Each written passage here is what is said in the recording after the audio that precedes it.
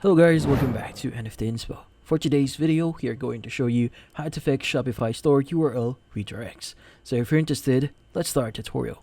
So the first thing that we need to do here is we need to go to shopify.com, log in into your account, and access your store.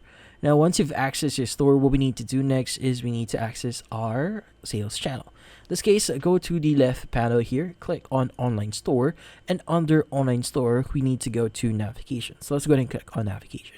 Now at the top right of your screen, you should see the button that says View URL Redirects. So once you click on it, you should be able to see all the URL redirects that you have on your account. In this case, once you click on one of the redirects that you have right now, you should see the redirect from and redirect to.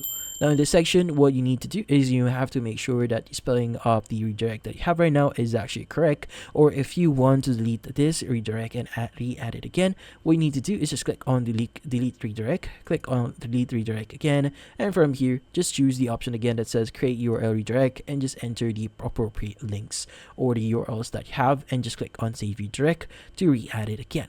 Now in this case, this is how you view all the redirects that you have and probably fix them. In this case, that's about it.